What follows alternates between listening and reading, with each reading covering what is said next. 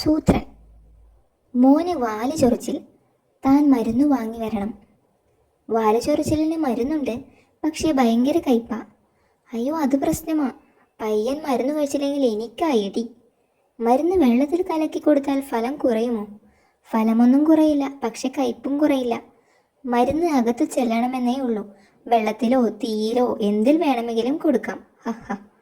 മരുന്ന് സൂക്ഷിക്കണം, വേറെ സ്റ്റോക്കില്ല. എന്തിൽ കലക്കും? ഐഡിയ. നല്ല മധുരമുള്ള പഴമ പിഴിഞ്ഞു ചാറെടുത്ത് അതിൽ മരുന്ന് ചതച്ച് ചേർത്ത് ഉരുട്ടി കൊടുക്കാം. കയ്പ് മാറിക്കിട്ടും. റെഡിയായി. കുറച്ചെടുത്ത് നാവിൽ വെച്ച് നോക്കാം. ഹയ്യടാ, സൂപ്പർ. കയ്പൻ മരുന്നാണെന്ന് പറയില്ല.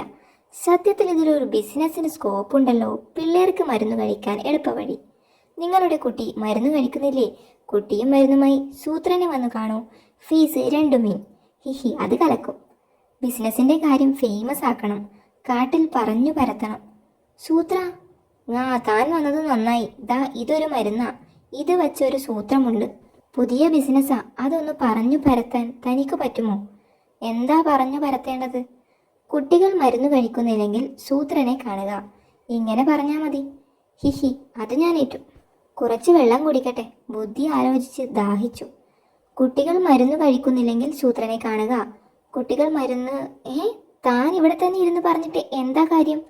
പറഞ്ഞുകൊണ്ട് പാറയിൽ പരത്താനല്ലേ താൻ പറഞ്ഞത്?